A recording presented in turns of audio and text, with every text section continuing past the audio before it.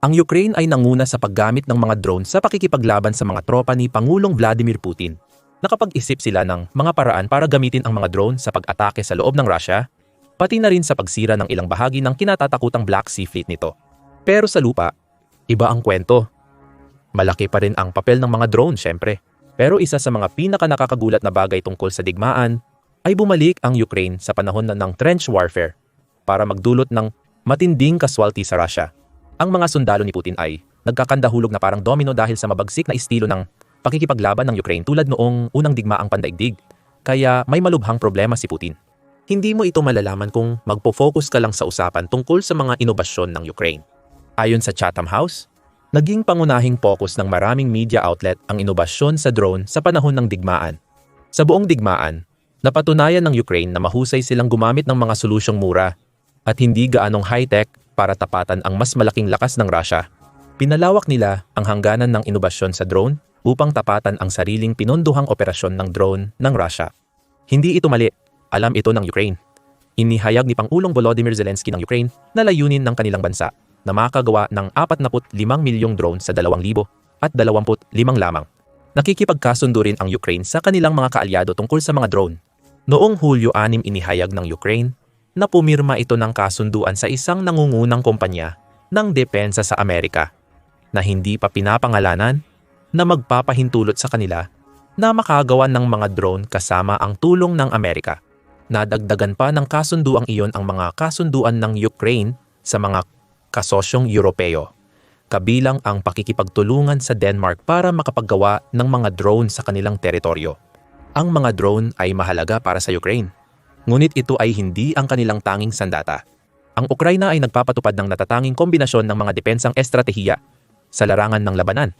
Pinagsasama nila ang modernong teknolohiya tulad ng mga drone at cyber warfare sa isang estratehiyang mahigit isang siglo na ang edad, ang trench warfare. Gumamit ang Ukraine ng mga taktikang mula sa unang digmaang pandaigdig tulad ng paggawa ng mga trinsera. Ang pagsasama nito sa kanilang mga drone at iba pang inobasyon ay nagdudulot ng matinding pinsala sa mga puwersa ni Putin.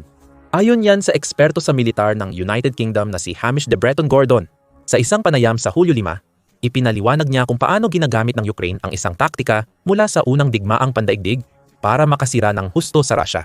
Ayon sa host ng palabas, karamihan sa mga usapan ukol sa digmaan sa Ukraine ay nakatuon sa teknolohiya.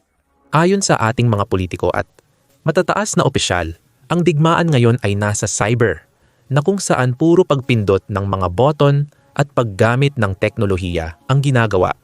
Ayon kay de Bretton Gordon, hindi ganoon sa harapan ang sitwasyon, kundi kombinasyon ng dalawang bagay, sabi ng tagapanayam.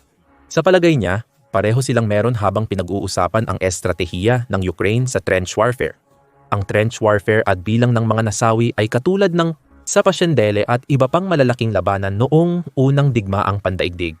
Sa kabilang banda, habang nagbabago ang digmaan, nananatili pa rin ang kahawig nito. Bagamat tama ang pag-innovate ng Ukraine gamit ang mga drone, kinailangan din nilang harapin ang estratehiya ni Putin na magsagawa ng digmaang ubusan ng lakas sa lupa. Ang pag-asang malulupig ng Russia ang Ukraine. Simple lang ang layunin ni Putin, ang lampasan at tiisin ng Ukraine kahit kapalit ang daan-daang libong buhay ng mga Ruso. Para kay Putin, mas maraming taong panalo at hindi sapat ang mga drone lang para magdulot ng ganoong casualty. Kailangang mapigilan ng Ukraine ang mga nagwawalang puwersa ng Russia. Ang paggamit ng Ukraine ng mga labanan sa trinsera at mga drone ay epektibong tugon sa digmaan. Mahigit 1 milyon ng Ruso ang namatay ilang linggo na ang nakalipas. Ayon kay de Bretton Gordon, ang 300 at 45,000 na kaswaltiyang naitala ng Britanya sa loob ng 6 na taon sa ikalawang digmaang pandaigdig ay nagbibigay ng perspektiba. Ayon sa MED Intelligence Update noong nakaraang linggo, ang mga Ruso ay patuloy na nawawalan ng 1,000 sundalo kada araw sa frontline. Tama ang mga numero. Tingnan lang ang 4 na araw noong Hulyo para makita ang napakalaking casualty rate ng Russia. Ayon sa RBC Ukraine, nawalan ang Russia ng 1,120 sundalo noong ika-4 ng Hulyo dahil sa pagkamatay, pagkasugat o pagkabihag. Iniulat ng Pravda na nawalan si Putin ng mahigit 1,050 sundalo noong Hulyo 5 at ayon sa RBC Ukraine, umabot sa 1,100 at 80 ang bilang noong Hulyo 6 at 1,000 at 100 naman noong Hulyo 7. Ang nangyayari ay digmaang pag-ubos ng lakas kung saan talo ang Russia. Araw-araw, ipinapadala ni Putin ang mga tropa sa tiyak na kapahamakan.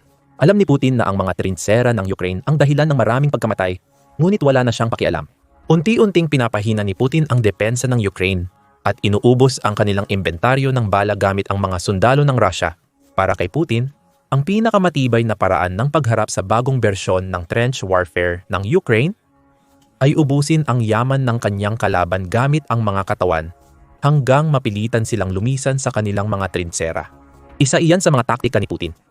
Pag-uusapan din natin ang iba pa niyang ginawa laban sa mga trintsera ng Ukraine. Sa ngayon, mukhang epektibo ang mga trintsera ng Ukraine. Batay sa 4 na bilang na nabanggit, may average na 11,100 at 25 sundalong Ruso ang nawawala bawat araw noong 2,025. Kung itatagal pa ito ng 1 taon, aabot sa mahigit 400 at 6,000 ang taunang casualty rate ni Putin. Tandaan ang sinabi ni De Breton Gordon na ang casualty rate ng United Kingdom noong ikalawang digmaang pandaigdig ay nasa 350,000. Mas maraming nalulugi ang Russia taon-taon kumpara roon. Bumabagsak ang mga tropa ni Putin sa Ukraine dahil sa kakaibang kombinasyon ng trench at drone warfare na taktika ng Ukraine. Ayon kay Oleksandr Syrsky, Army Commander-in-Chief ng Ukraine, bahagi ng plano at binabago ng Ukraine ang kanilang mga taktika sa frontline nitong mga nakaraang buwan. Kinakailangan ito para makaagapay sa mga taktika ng Russia na naglulunsad ng mas maraming pag-atake gamit ang mas kaunting tropa sa bawat isa. Ang pinaka-epektibong posisyon ngayon ay ang pagkakaroon ng pinakamaraming detachment. Karamihan dito ay mga grupo ng trinchera at foxhole na nagpapahirap sa kalaban na gumamit ng strike drone. Ayon kay Syrsky noong katapusan ng Hunyo, ang isang drone, lalo na yung gumagamit ng fiber optics, ay kayang pumasok sa kahit anong butas. Dito makikita ang pagbabago sa paggamit ng Ukraine ng kanilang mga trintsera. Ayon sa politiko, noon ay gumagawa ang Ukraine ng matitibay na posisyon na may trintsera na 3 milya ang haba, ngunit ngayon ay hindi na. Gumagawa na ang Ukraine ng network ng mas maliliit ngunit matitibay na posisyon gamit ang mga trintsera na may habang 220 talampakan. Ayon kay Rustom Amirov, Defense Minister ng Ukraine, kinakailangan ang mga hakbang laban sa drone para maprotektahan ang mga tropa sa loob. Ayon kay Umerov, mas mahirap matukoy at epektibo ang mga gawain ng depensa, pananakot at pagbibigay ng firepower, kabilang na laban sa mga first-person view drone, kaya nagbago ang estratehiya ng Ukraine. Anuman ang laki ng mga trench, magkatulad pa rin ang mga pangunahing prinsipyo ng trench warfare. Sa pinakasimpleng anyo, ang trench warfare ay isang payak na konsepto. Ayon sa Encyclopedia Britannica, ito ay isang uri ng digmaan kung saan ang magkalabang armadong puwersa ay gumagawa ng mga halos permanenteng sistema ng mga trench sa lupa. Ang mga trench na ito ay madalas na magkakatabi, kadalasang nasa abot ng putukan. Magkakaroon ng no man's land sa pagitan nila na hindi nais pasukin ng magkabilang panig, ngunit kailangan nilang gawin ito. Para makausad sa trench warfare, kailangang lumabas ang isang panig mula sa kanilang trench para salakayin ang kabila habang binabaril ng kalaban. Yan ang tradisyonal na version ng trench warfare. Habang nagpapatuloy ang digmaan sa Ukraine, dapat isaalang-alang ng Russia at Ukraine ang paggamit ng mga drone sa labanan. Kaya naman ang mga trench ng Ukraine, kahit papaano, ay may mga panlaban sa drone. Sa halip na magpadala ng mga tao sa no man's land, pareho nilang pinapadala ang mga drone na maaring isakripisyo. Maaaring magdulot ng pinsala ang Ukraine gaya ng tao, nang walang panganib ng pagkasawi, samantalang ang Russia ay hindi gaanong ganito. Kahit na ginagamit ng Ukraine ang mga drone, hindi kayang sakupin ng mga ito ang teritoryo ng walang tao. Kailangan mo ng mga tao para dyan. At dito pumapasok ang mataas na bilang ng mga nasasawi na nabanggit natin kanina. Nagdedepensa ang Ukraine. Responsibilidad ng Russia na sumulong mula sa kanilang mga trintsera.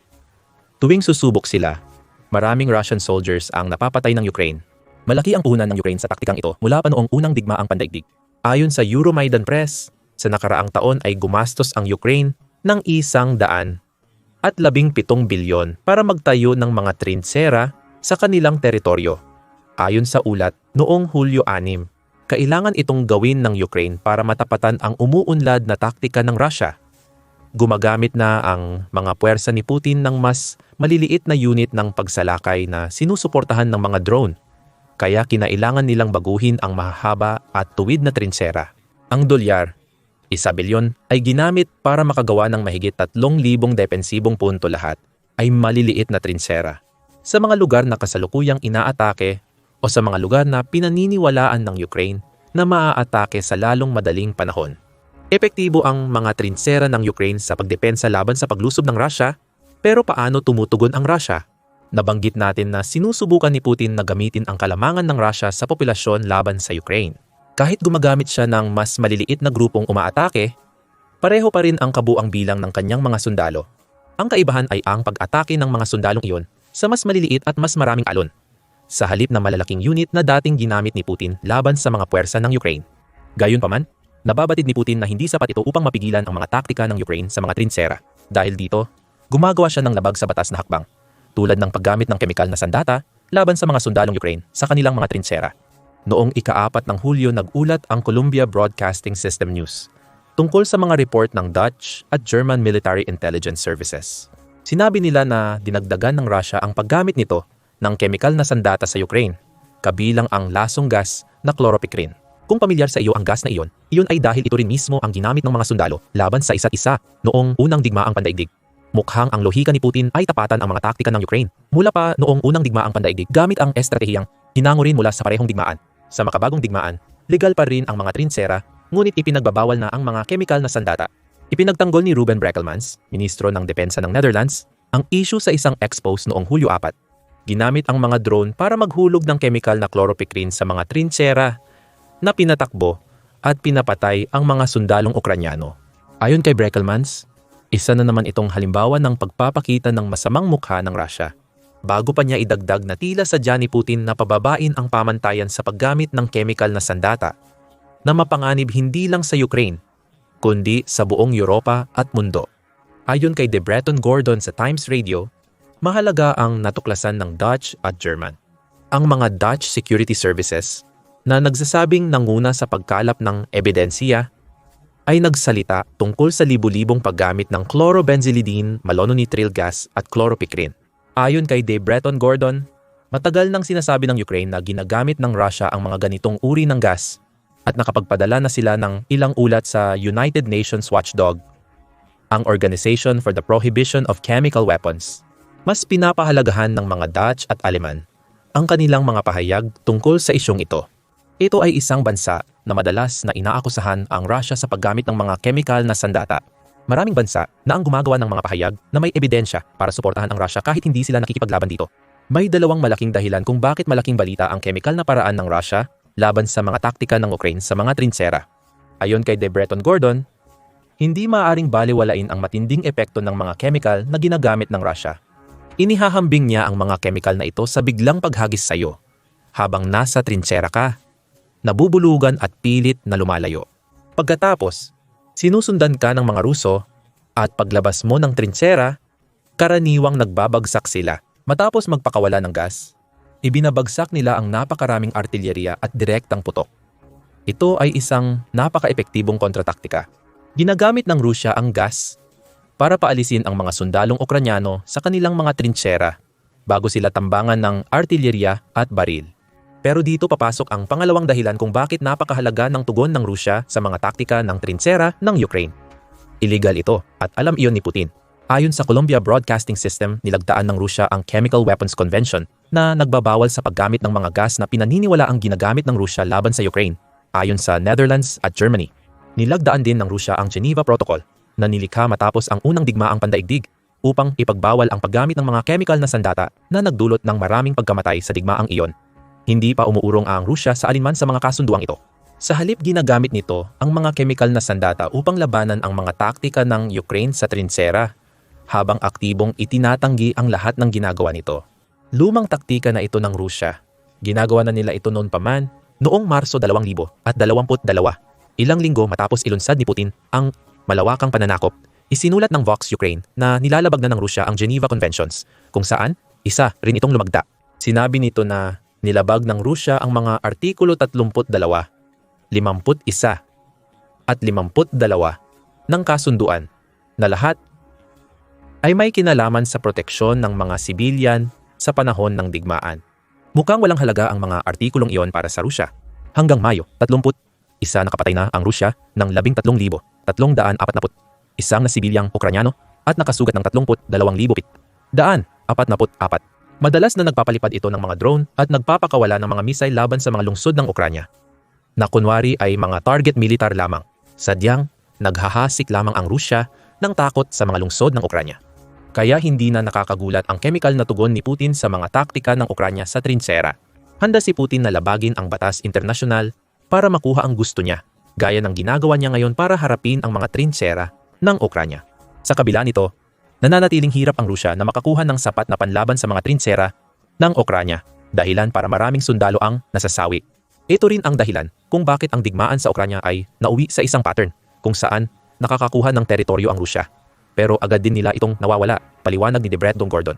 Inilalarawan niya ang nangyayari sa Ukraina bilang klasikong digmaan at maaaring makuha ng mga Ruso ang isang trinchera. Matapos ang kalahating oras, mawawala muli ito sa kanila dahil naubusan na ng gas. Iyan ang problema ni Putin.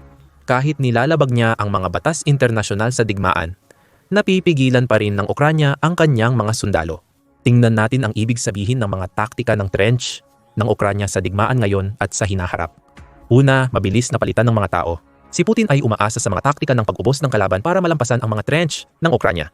At ito ay nagkakahalaga sa kanya ng mahigit 1,000 at 100 sundalo bawat araw. Noong Hunyo 12, umabot na sa 1,000,000 ang bilang ng mga kaswalti ng Rusya at patuloy pang tumataas. Ayon sa Ministry ng Pananalapi ng Ukraine, 1,028,610 sundalo na ang nawala sa Rusya hanggang Hulyo 8, masamang kalagayan para kay Putin. Bumalik siya sa Hilagang Korea para humingi ng tulong sa estratehiyang pag-ubos. Iniulat ng CNN noong Hulyo 2 na naghahanda ang Hilagang Korea na magpadala ng 25,000 hanggang 30,000 sundalo sa Rusya sa mga susunod na buwan. Iyan ay halos 3 beses ng dami ng mga sundalong ipinadala nila noong huling bahagi ng 2024 ginamit ito ni Putin upang itaboy ang Ukraine sa Kursk Oblast. Mananatili ba ang mga sundalong iyon sa Rusya bilang puwersang panangga? O balak ba ni Putin na isakripisyo sila sa mga trinchera ng Ukraine habang sinusubukan niyang lusubin pa ang bansa? Sa kabila nito, malinaw na walang balak baguhin ng Rusya ang estratehiyang pag-ubos kahit libu-libo nilang sundalo ang patuloy na namamatay dahil sa unang digmaang pandaigdig na estilo ng Ukraine. Magpapadala lang si Putin ng mas marami pa sa gilingan ng karne. Hindi tumitigil ang pag-ubos. Narito ang mga aral na dapat matutunan ng Europa, lalo ng mga NATO members sa kontinente, mula sa taktika ng Ukraine at sa digmaan nito laban sa Rusya. Ang pinakamahalaga sa mga aral na iyon ay na ang cyber ay hindi isang banal na gral na kayang magbigay ng matinding dagok sa kalaban.